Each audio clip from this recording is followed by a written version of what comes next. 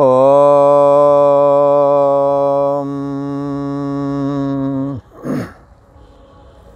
श्री योग वासिष्ठ के उत्पत्ति प्रकरण में श्री वशिष्ठ जी महाराज बोले, हे राम जी,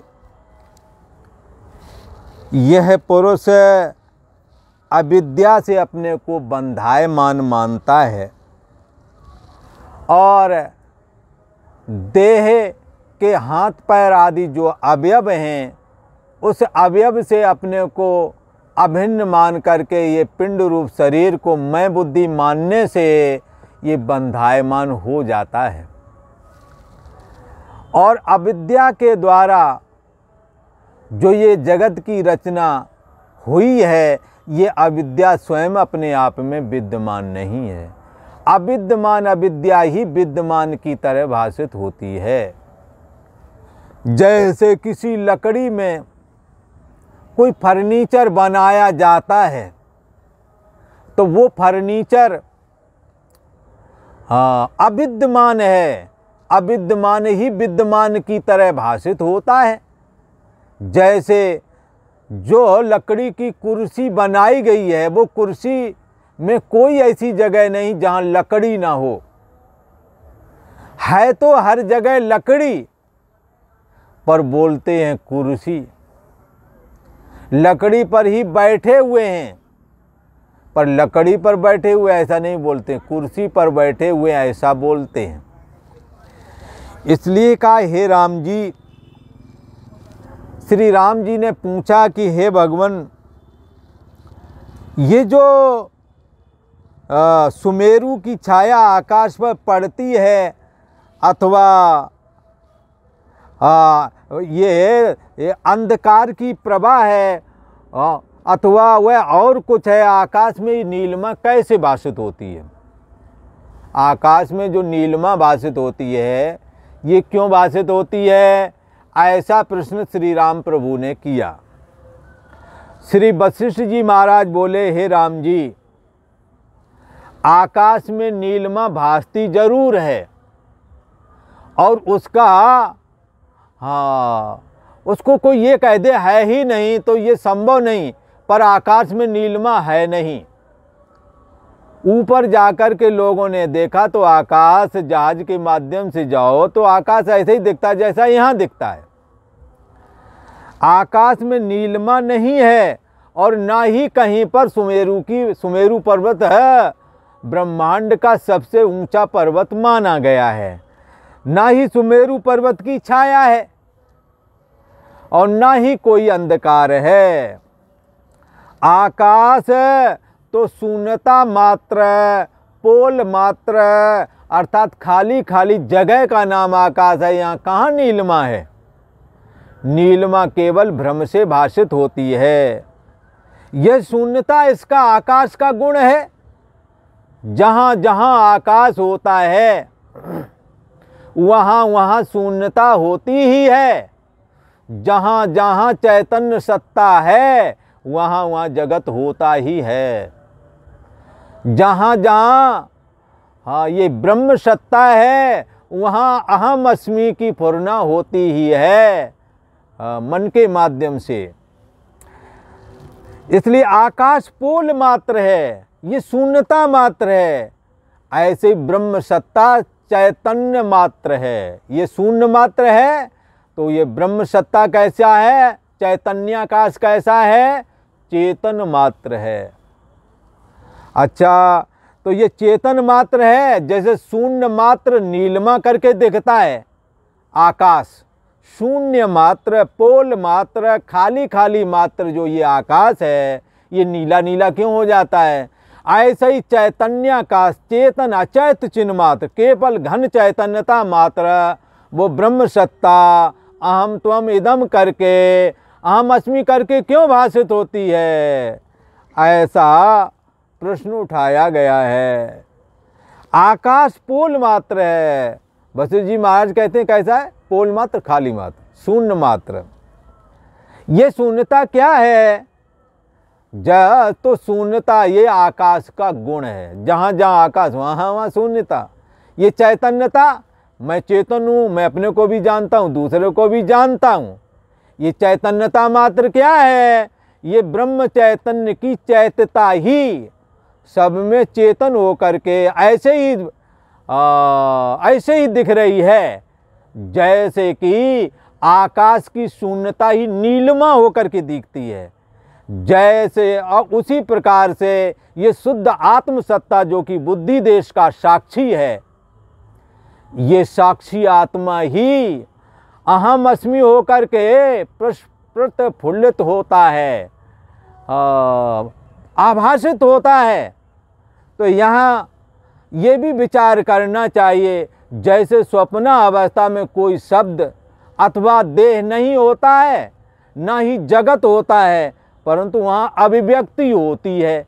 ये अभिव्यक्ति मात्र है, ना कि कुछ वहाँ बना हुआ है।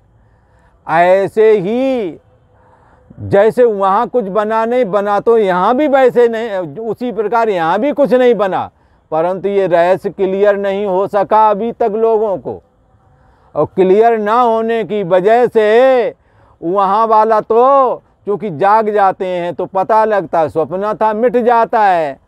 वासनात्मक मन की वासना ही स्वप्न के जगत के रूप में दिखती थी, जैसे ऐसे ही जन्मांतर में किए हुए कर्मों का जो वासना का तीव्र संवेग हुआ और ईश्वर के संकल्प के माध्यम से ये देह और जगत का निर्माण भी हो जाता है, सेम वैसे ही जैसे स्वप्न के जगत का होता है। तो स्वप्न के जगत और इस जगत में कोई खास अंतर नहीं है।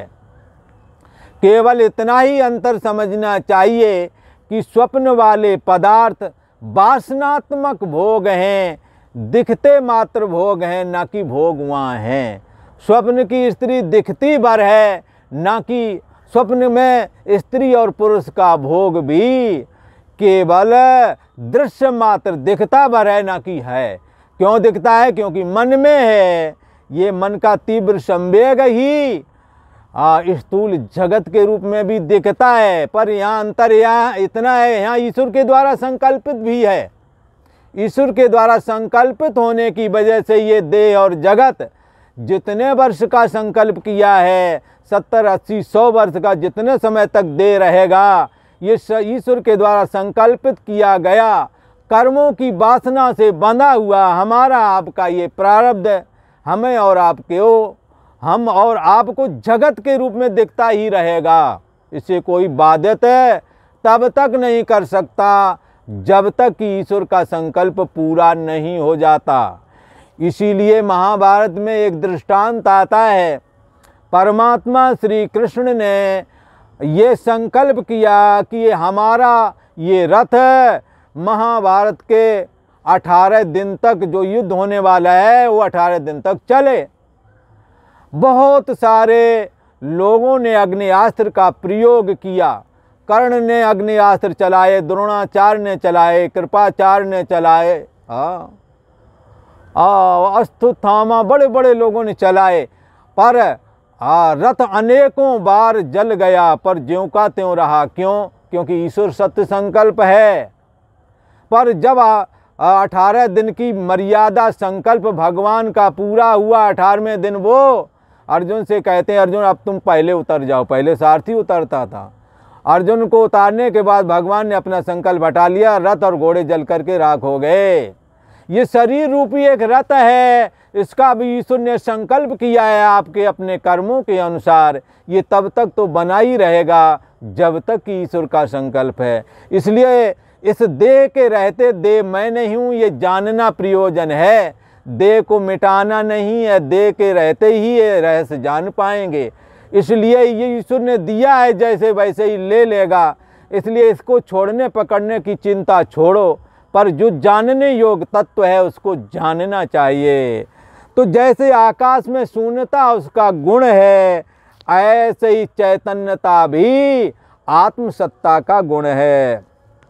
हे राम जी, ये ब्रह्मांड तेज रूप है। कैसा है? एनर्जी मात्र है, चेतन मात्र है, सत्ता मात्र है, इसका कभी अंत नहीं आता। इसलिए अविनाशी वारे अयम आत्मा, ये आत्मा जो है ये चैतन्य सत्ता अविनाशी है। न हन्नते हन्नमाने शरीर, ये गीता में कह दिया। शरीर के मरने पर वो नहीं मरता है। ये जैसे बचपना, जवानी, बुढ़ापा मरता है।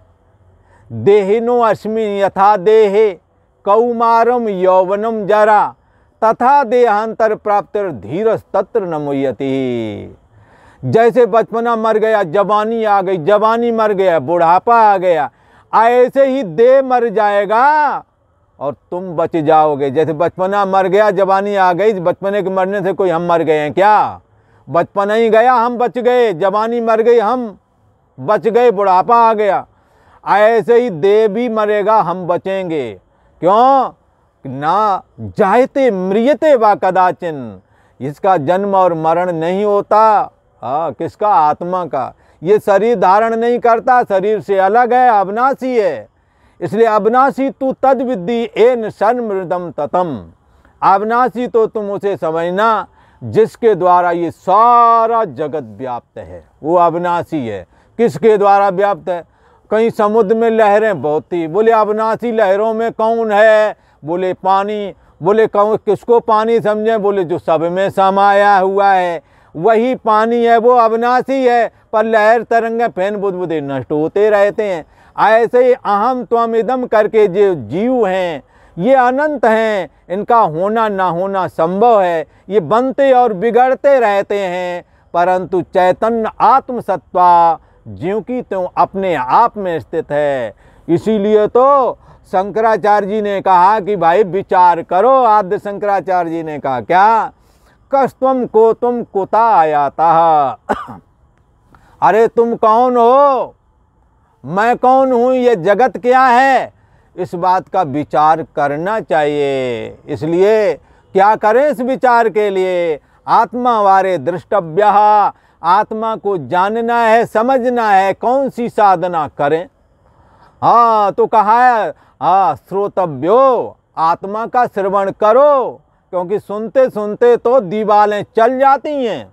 दीवालों, लोग कहते हैं दीवालों के भी कान होते हैं।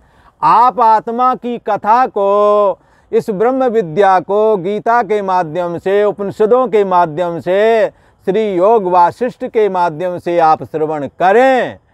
जो सुनने से ही हमारे अंदर देह और जगत आया है। ये चाची है, ताई है, रोज कहते हैं ये हमारा लड़का है, पिता है, भाई।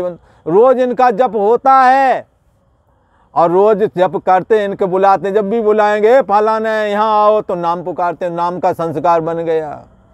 चाचा, ताया, पिता, इनके संस्कार बनते जाते हैं। इनका रोज स्मरण करते हैं, रोज संस्कार बनते हैं। तो रोज हमने क्या करना? तुम आत्मा हो, तुम ब्रह्म हो, ऐसा चिंतन करना है।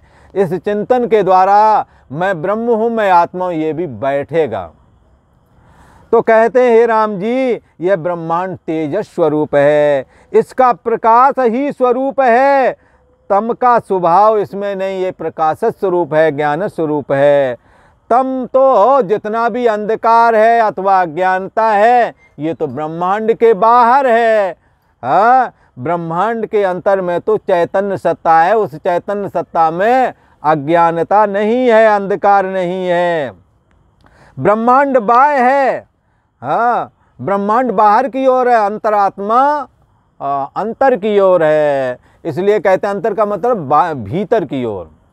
इसलिए परांच खान विस्तृत स्वयंभो, स्वयंभो ब्रह्मा ने बाहर की ओर इंद्रियां बना दी हैं और अंतरात्मा परमात्मा अंदर की ओर। तस्मात् परांग पंश्यति न अंतरात्मनि। इसलिए इंद्रियां बाहर की ओर देखती, अंदर की ओर देख ही नहीं पाती हैं। बड़े यत्न से शास्त्र और गुरुओं की कृपा से दी हुई दृष्टि के द्वारा देखें। और क्या देखें? देखने वाले को देखें। किसके द्वारा ये जानने में आ रहा है? को देवा जो मना साक्षी। कौन है जो मन को भी जानता है? जो जानता है उसका नाम है आत्मा, उसका नाम है ब्रह्म। इसलिए एनेदम सर्वम विजानियात तम केन विजानियात, विज्ञातारम अरे केन विजानियात। जो सबका अंतरात्मा है उस विज्ञाता को आप कैसे जानेंगे? यही जानेंगे कि जो भी जानने में आया वो मैं नहीं हूँ, और जो जानने में नहीं आता, जो सबको जानता है सोहम अस्मि, वो मैं ही हूँ, ऐसा भाव बना करके और सोहम सोहम की झीनी ध्वनि से अपनी सूरत जगाते हैं। उसी को वो मैं ही हूँ, वो मैं ही हूँ। श्वास सड़क पर चलें संतजन, गगन महल को जाते हैं। सोहम सोहम की झीनी धुन से अपनी सूरत जगाते हैं, अपनी सूरत जगाते हैं। कैसे जगाते हैं? अंतरात्मनि तस्मात् परांग पश्चात, बाहर की ओर जो देख रहे थे, बाहर जो देख रहा है, उस देखने वाले को भी भीतर से कोई देख रहा है। को देवा, वो कौन सा देव है? वो तुम्हारा आत्मा है, ये ब्रह्म सत्ता है। तो ब्रह्मांड का प्रकाश उसी के द्वारा होता है। दृढ़ शून्यता से राम जी जैसे आकाश में नीलिमा भासती है, पर होती कुछ नहीं। जिसकी मंद दृष्टि है उसी को नीलिमा भासित होती है। वास्तव में नीलिमा है ही नहीं, आकाश शून्य रूप है, पोल रूप है, खाली खाली है।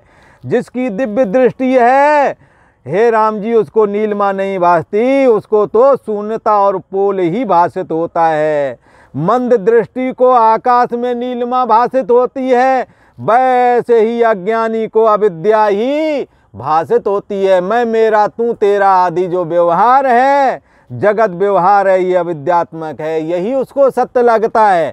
परंतु जिसके द्वारा जाकर के सब सिद्ध होता है, सोई स्वरूप हमारा है। जिसके द्वारा इन सब की सिद्धि होती है, वो चैतन्य सत्ता आत्मा अज्ञानी को भासित नहीं होता। जैसे दिव्य दृष्टि वाले को नीलिमा नहीं भासित होती, वैसे ही ज्ञानवान को भी अविद्या नहीं भासित होती, उसे तो भासित होती है ब्रह्म सत्ता। ब्रह्म सत्ता ही उसे भासित होती है। उसे लगता है सर्वाधिष्ठान ब्रह्म मैं हूँ। और आज इतना ही। आगे का प्रसंग आप आगे वाले एपिसोड में सुनेंगे और देखें आगे भगवान राम श्री वशिष्ठ जी महाराज अपने गुरु जी से क्या प्रश्न करते हैं। आज इतना ही।